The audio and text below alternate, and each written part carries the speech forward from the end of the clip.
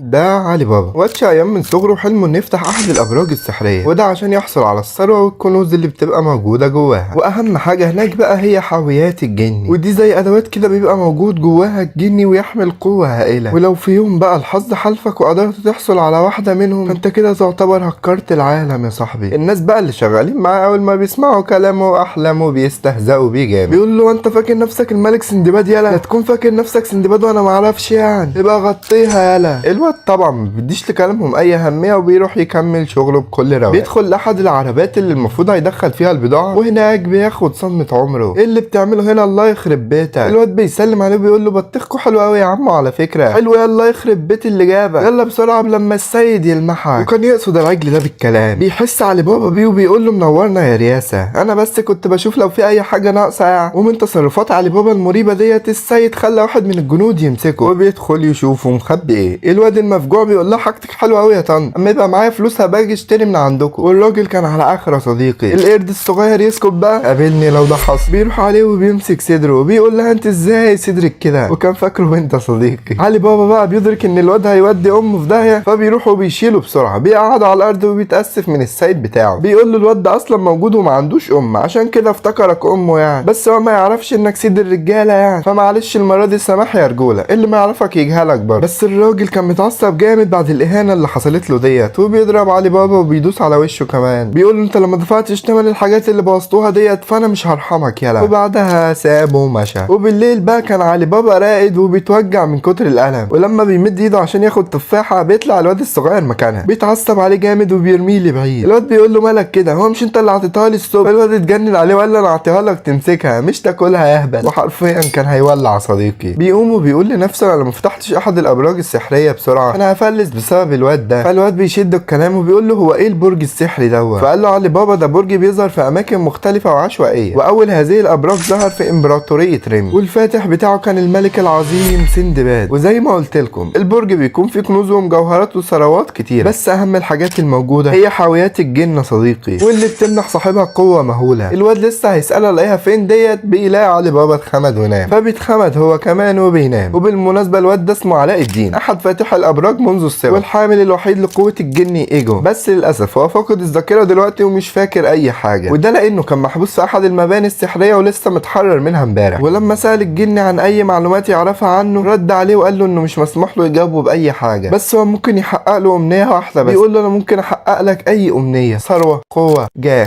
هتختار ايه؟ الواد طبعا لسه صغير ورفض كل دوت واتمنى حاجه تانية خالص. وتاني يوم بقى علي بابا بيشيل علاء الدين وبيرميه بره، بيقول له انا ورايا مشاغل يد ومش فضيله، بعد عني يا عم. فقال له علاء الدين انه بيدور على الابراج المحصنه، فشاور له على واحد كده وقال له ده برج امون، البرج السابع اللي ظهر هنا، وانا اللي هفتحه وهحصل على كل الكنوز الموجوده جواه. فقال له علاء الدين هو انت بتحب الفلوس؟ فقال له مش بحبها لكن محتاجها. فالفلوس في زماننا دوت هي اللي بتجيب كل حاجه، بيوت، لبس، عربيات، وحتى ممكن تشتري بلاد. علاء الدين بقى كان كل همه هو النسوان يا صديقي، واثناء كده بيخبط في البنت وبيوقع الفواكه اللي كانت شايلاها. بيعتذر للبنت وبيحاول يساعدها، لكن البنت بتجمع الفواكه بطريقه رهيبه. علي بابا بيعتذر منها لكن البنت ما بتدهمش اي اهميه وبتمشي. علاء الدين بقى بيشاور على السلاسل دي وبيقول له هي ايه دي يا ابني؟ فالبنت بتسمعه وبتتحرك جامد، بتحاول تداري رجليها من كتر الاحراج، وكل الفواكه اللي هي شايلاها بتقع، وشكلها كده عبده صديق. بيقرب منها علاء الدين وبينفخ في المزمار اللي معاه وهوب السلاسل بتتكسر. بيبتسم لها وبيقول لها كده كله تمام، تقدري تمشي براحتك دلوقتي. لكن وبسبب اللي عمله ده الناس كلها بتتلم عليهم. بيجي السيد بتاع امبارح وبيقول لعلي بابا سرقه العبيد دي تعتبر جريمه وممكن يتعاقب عليها بقطع دراعه، بس الواد اتكلم معاه وحاول يقنعه يعني، بس التاني بيقول له انت لو ما عوضتليش خسارتي ديت فخليك عبد زيها. بيمسك البت بقى وبيشدها من شعرها جامد، البت بتتقلب والبارد بيدوس على ايديها بكل غباء. بيبص لعلي بابا بكل استعلاء بيقول له شوف العبيد بيتعاملوا ازاي، والبت بتصرخ بعلو صوتها. ساعتها علاء الدين بيتدخل وبيقول لها بطل الهبل اللي بتعمليه ده يا طنط. والظاهر كده ان علاء الدين مش معتبره راجل يا صديقي. العجل ده طبعا ما بيعجبوش الكلام وبينادي على الحراس بتوعه، فعلا بيمسكوهم وبيهددوهم بالاسلحه، بس انت متخيل ان الكلام ده هياكل معاهم؟ لا والله. بيعزف علاء الدين في المزمار بتاعه وبيطلع دراعات ايجو بيقضي عليهم في ثواني. الكل طبعا اترعب، والظباط بتيجي على المكان والعيال خلعت في ثواني. بيستخبوا في سرداب تحت الارض كده وبيهربوا منه. علي بابا بيقول له هو ايه البتاع اللي طالع من المزمار ده؟ قال له ده ايجو الجني بتاعي. فساعتها علي بابا ادرك ان الواد ده مش طبيعي لا، وقرر يتصاحب عليه يتطور علاقتهم اكتر واكتر. بيقول له انت شكلك كده محروم من طفولتك ومن حنان الام صح؟ تعالى يا عم انا هدلعك ما تقلقش. وبياخده على مقهى ليلى صديقي. علاء الدين طبعا بيسترجع في حياة الام وذكريات الطفولة البائسة اللي هو مش فاكرها، وعلي بابا قاعد بيفكر في علاء الدين وازاي يستحوذ على احد حاويات الجن. بتدخل عليه بنت شبه جعفر كده وبتحاول تتقرب منه، فالواد بيخاف وبيطلع هو وعلاء الدين لبره. ودي بقى اسوأ صفة في ابطالنا، انهم طالعين نسوانجية يا صديقي. المهم بقى وتاني يوم بيطلع علي بابا عشان يوصل عصير العنب لاحدى المدن المجاورة. طبعا علاء الدين كان لازق له وبيقول له انا جاي معاك. بيشوفوا بعدها البت اللي حاولوا ينقذوها قبل كده محطوطة في قفص مع شوية عبيد تانيين، ولكن اول ما بيشوفها علي بابا بتتحرك جامد. علي بابا بيقول لعلاء الدين اعقل شوية خلينا نخلص المهمة ديت ونرجع على خير. وبالفعل انطلق في رحلته. السيد بقى بيحاول يعمل نفسه حكيم وكده، فبيقول لهم العبد هيفضل عبد والسيد هيفضل سيد. الله الله الله الله عليك يا سيد الناس، ايه الحلويات دي يا عم؟ ما تقولش شاعر. فخم فخم فخم فخامة الفخامة يا معلم. علاء الدين بيقول له انت ليه بتكذب يا عم؟ يعني بذمتك الهري ده فخم فخم فخم فخامة الفخامة؟ يعني لو فضلت تكذب على طول فانت هتفقد مصداقيتك قدام نفسك وقدام الناس. ده غير ان الكذب سلوك سيء اصلا. وقبل ما يكمل كلامه الارض بتتكسر وبيظهر وحوش بتلاحقهم بيجري منها بكل سرعة، ولكن للاسف عجل العربية بيتكسر وبيتحصروا كلهم. العبيد بقى كانوا بينزلوا، ولكن فجأة الارض بتتكسر والبت الصغيرة ديت بتقع. على طول البت التانية بتلحقها ولكن هي كمان بتقع. علي بابا حاول يلحقها بس الخنزير التاني زقه ومسك البرميل قبل ما يقع، والبنتين بيقعوا جوه الحفرة والوحش بيلتهمهم. البت الكبيرة حضنت الطفلة الصغيرة عشان ما تحسش بأي حاجة. البنتين جوه الوحش وخلاص كلها عدة ساعات وهيموتوا، بس ما فيش أي حد راضي ينقذهم أبدا. الأم بتصوت بعلو صوتها وكانت مقهورة عليهم جامد.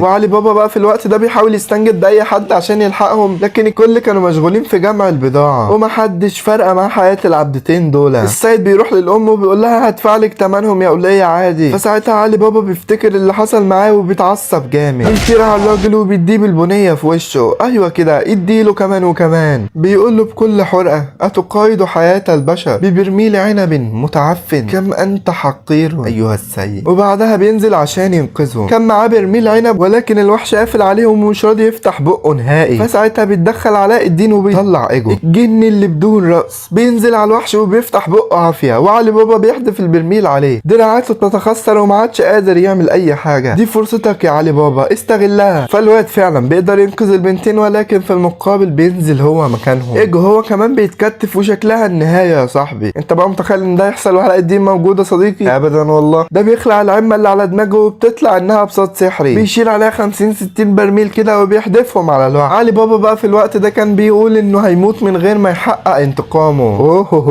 وقبل ما يستسلم للموت بيلاقي اللي طاير فوقيه بيقول له عامل ايه يا ابو الصحاب؟ انت فاكرني هخليك تموت من غير ما توديني للبرج ولا ايه؟ بيرمي عليه البراميل والوحش دراعاته بتتخسر، وعلاء الدين بينقذ علي بابا. الام هي كمان بتهدى لما بتحضن بنتها، والعجل ده كان هيولع صديقي. ما علينا يعني. علاء الدين بيقول لعلي بابا احنا كده ديوننا كترت قوي ولازم نروح على برج امون دلوقتي. معايا يا صاحبي؟ معاك يا علاء. العجل ده بقى كان متعكنن جامد وبيقول لهم اقسم بالله لا استعبدكم وندمكم، بس اخرك فاضي. يلا يا ايجو شوف شغلك معاهم. احلى مسا عليك يا ابو كير. وبعدها العيال بيركبوا على ظهر ايجو وبيوصلوا لمدخل البرج. علي بابا بيقول لعلاء الدين دي فرصتك الاخيره للتراجع، عاوز تدخل معايا ولا هتديني على قفايا؟ علاء الدين اصلا في الوقت ده كان نايم وبيقع على علي بابا وبيدخلوا البرج عافيه. يا حلاوه. بيدخلوا لجوه البرج ومن شده الضوء علي بابا ما بيقدرش يفتح عينه، وبعد شويه بيصحى وقبل ما يعمل اي حاجه بوم المكان كله بيتفجر. بيجري على علاء الدين وبيلحقوا بسرعه والحمد لله يعني عدت على خير. بيكملوا طريقهم بعدها وبيواجهوا صعاب كتير، ولكن بمساعدة ايجو بيقدروا يعدوا. بيوصلوا على مكان فيه بلورات غريبة كده، وعلي بابا بيحس ان علاء الدين مش على بعضه كده، والتاني بيقول له مفيش حاجة يا عم انا بس جعان شوية. ياه انت على طول جعان كده يا ابني، انت ما بتشبعش خالص. لكن وفي نفس الاثناء ديت كان في واحد واقف قدام برج امون كده وبيقرر يدخله. الناس طبعا حاولت تمنعه، لكنه بيقول لهم انه لو ما فتحش البرج النهارده ففي حد غيره هيفتحه. وطبعا كان يقصد علاء الدين وعلي بابا بالكلام، وشكله مش ناوي على خير يا صديقي. نرجع للعيال تاني ونلاقي علاء الدين جوه فوق احد الحشرات. علي بابا بسرعه بيلحقه وبيتضح ان الحاجات المضيئه ديت مش باللورات ولا حاجه، لا دي بتطلع بيض للملكه، وانتوا دلوقتي فاعلينها ولازما تموتوا. العيال متحاصرين من كل ناحيه وعلاء الدين مش قادر يستدعي ايجو. فساعتها علي بابا بيدرك انه لو ما عملش اي حاجه الحشرات دي هتاكلهم بسهوله، فبيطلع الخنجر بتاعه وبيشتغل تقطيع فيهم يمين شمال فوق تحت، والواد مش راح. ده الحلاوه دي يا عم، ما كنت تقول انك جامد برضه. الحشرات بقى بعد ما عرفوا ان دي نهايتهم بيتجمعوا كلهم في شكل وحش عملاق. يا حلاوه، ده كمان بيكتسب قدرات رهيبه، بيهجم عليه بالنار والعيال بالعافيه بيتفادوها. كده مش هيعرفوا يعملوا معاه اي حاجه. بيستجمع علاء الدين اخر قوته وبيستدعي ايجو، وعلى طول بيهجم عليه ولكن بدون اي فايده. الوحش بيتجدد من تاني. فساعتها علاء الدين قال ما بدهاش بقى، بيعزف في المزمار تاني وبتظهر فراشات ذهبيه بتتجمع حواليهم بطريقه غريبه. وعلي بابا منبهر جامد، مش عارف هي ايه دي، مش مصدق عينه. ايجو هو كمان خلص استجماع طاقته وبضربه واحده بيقضي على الوحش الشرير. وفي اثناء كده علاء الدين خلاص بيجيب اخره وبيقع على الارض. وبالليل بيولعوا شويه نار كده وبيخيموا في المكان. وعلي بابا بيقول ازاي يعني العزف على المزمار امر مجهد كده، فبيمسكه وبينفخ فيه لكنه بيتحول لمزمار عادي. فبيضحك كده وبيقول انا لازم اعرف عنك اكتر يا علاء الدين. ولغايه كده اليوم بيخلص. تاني يوم بقى بيحس علي بابا بحاجه غريبه، بيقوم وبيشوف في ايه، وبيطلع انه الوالي صديقي. بيخاف علي بابا كده ولكنه بيلاقي البت ام شعر احمر دي قدامه، وقبل ما يتكلم او يعمل اي حاجه بيلاقي الوالي جاي عليهم. بيتجاهل علي بابا كده وبيدخل على علاء الدين، بيقول له كنت مستنيك من 10 سنين ايها الماجي العظيم. ده ايه اللي بيحصل ده يا جدعان؟ علي بابا واقف ومصدوم، والحراس بياخدوا علاء الدين وبيمشوا. الواد طبعا بيتضايق وبيحاول يوقف الوالي لكنه بيقول له ارجع لامك يلا، ومن تاني بيتجاهله وبيمشي. علي بابا بيقول له انت شايفني شفاف يعني؟ فالوالي امر اتباعه انهم يخلصوا عليه. العجل ده بيطلع سيفه هوب، اوعى على ريحه تهزك يا باشا. الوالي بيسقف له وبيقول له عجبتني يلا، وانت يا عجل انت ده مفيش من امك اي فايده. وزي المجنون بيغرز السيف في بطنه كده وبيوقعه على الارض، بيضرب فيه بكل غباء، بيكلمهم بكل استعلاء، بيقول لعلي بابا انت اجدع منه يلا تشتغل عندي يد. فالواد بص له كده وقال له مش انت الوالي يا عم، انت ازاي تعامل شعبك بالطريقه دي؟ فقال له انت هتصاحبني بروح امك يعني؟ فالواد بيخاف وبيروح معاه. بيوصلوا عند فخ كده وبيكون مكتوب بلغه اثريه قديمه. علي بابا بيبدا يقرا والوالي مبهور منه على الاخر. بيقول له انت اتعلمت اللغه ديت امتى يا ولا؟ هو انت مش عمي؟ قال له صحيح انا عمي بس كنت بتعلم حاجات كتيره. فالوالي بيثني عليه وبيديله فلوس كمان. علي بابا بقى بيفهم الكتابه وفعلا بيعدي ألسنة النار بكل سهوله. بيوصل عند المفتاح ولاجل عيون علاء الدين علي بابا بيلغي الفخ والوالي والجنود بيعبروا، لكن وفجاه اعصار نار بيحاوط علي بابا وبيقضي عليه. يا الهي، صدمه بكل المقاييس. سحقا يا جماعه، ده الوالي بعد كل ده بيتجاهله وبيمشي ولا كأن في حاجه حصل. علاء الدين بقى بيفوق وبيسال على علي بابا. فالوالي بياخده في مكان هادي كده وبيجيب له اكل. بيقول له صاحبك المغفل دخنك وسرق المزمار بتاعك وهرب، بس ما تقلقش يعني انا بعت وراه حراس وهيجيبوا لك المزمار في اسرع وقت ممكن ايها الماجد. الواد طبعا ما بيصدقش وبيبص للبت دي لكنها بتداير وشها كده، والواد بيتاكد ان الوالي بيكذب عليه. وبالمناسبه البت دي من احدى القبائل في القاره السوداء واسمها مورجانا. الوالي بيعمل نفسه جدع كده وبيقول له خليك انت والانثى ديت هنا وانا هروح اعدي شويه فخاخ كده وارجع. وقبل ما يمشي بيقول للبت راقبيه. يا قذر. علاء الدين بقى بيحاول يفتح كلام مع مورجانا عشان يعرف منها الحقيقه لكنها ما بتديلوش اي اهميه وبتداير وشها الناحيه التانيه. الواد يسكت قابلني لو ده حصل. بيعمل لها حركات بوشه كده والبت اخيرا بتضحك. بيقول لها احكي لي عن القاره المظلمه، فبتقول له انها منطقه في شمال امبراطوريه ريم وتعتبر بلد وعره، بس مع كل ده فالشمس هناك على طول مشرقه وفيها حدائق غناء وفواكه كتير لذيذه. فالواد اول ما بيسمع سيره الفواكه بيتجنن. بيقول لها هو انت ينفع تاخديني لهناك؟ فالبت بتقول له ما اقدرش اسيب المكان ده واروح معاك عشان انا جاريه مملوكه زي ما انت شايف. فبيقول لها علاء الدين لو كسرنا السلاسل ديت فهتقدري تروحي لهناك عادي. غلبان قوي الواد ده صديق. فالبت تتعصب عليه وبتفهمه انها ما تنفعش تمشي من هنا لان الوالي شخص مخيف ومرعب لابعد الحدود. بيقول لها امال علي بابا فين يا عسول؟ فبتقول له انه مات زي المغفل وهو بيحاول يحميه. بيبص الواد لفوق كده وبيلاقي علي بابا بينادي عليه. البت تحت بتقول له صاحبك مات، وصاحبه فوق بيقول له انا عايش اهو. فالواد الصراحه دماغه بتتلعب وبوم البت بتتفاجئ ازاي كده. بيدخل عليهم الوالي وبيتصدم لما بيشوف علي بابا عادي. بيقول له انا الصراحه كده كتبت عليك بخصوص الترجمه دي والطريق الصح كان جوه لسان النار الاخير. يلا يا مغفل سلام. لكن وقبل ما يمشوا علاء الدين بيقول لمورجانا هنتقابل تاني وساعتها هنروح لتلك الارض المشرقه. سلام يا الهوزه. نسوانج يا صديقي ما فيهاش كلام يعني. البت بتسرح شويه كده وبتتخيل انها تحررت من قيود العبوديه، ولكن فجاه بتجري على العيال وبتحاول تمسكهم لكنها على اخر لحظه بتتراجع والعيال بتهرب. الوالي بقى بيتعصب جامد وبيقول انه هيقتلهم قريب قوي، والعيال بقى بتوصل على الباب دوت وعلاء الدين مين بيقول لعلي بابا معايا يا صاحبي؟ معاك يا علاء. بيحطوا ايديهم على الباب كده وفعلا بيبدأ يتوهج جامد، وشكلهم كده نجحوا ولا ايه؟ فيا ترى بقى مين فيهم هيحصل على قوة ذلك الجني امو؟ وهل هو ده الباب الصح زي ما قال علي بابا، ام ان هناك اسرارا لا نعرفها؟ وايه اللي هيعمله الولي بعد الخازوق العنابي اللي اخده ده؟ وهل سيتحقق حلم مرجانة في التخلص من عبوديتها والعودة لتلك الارض المشرقة الغناء؟ كل ده واكتر هنعرفه في الجزء الجاي باذن الله. ولحد كده بيخلص الفيديو بتاعنا، وبس كده يا معلم. استودعكم الله الذي لا تضيع ودائعه، ودمتم في امان الله.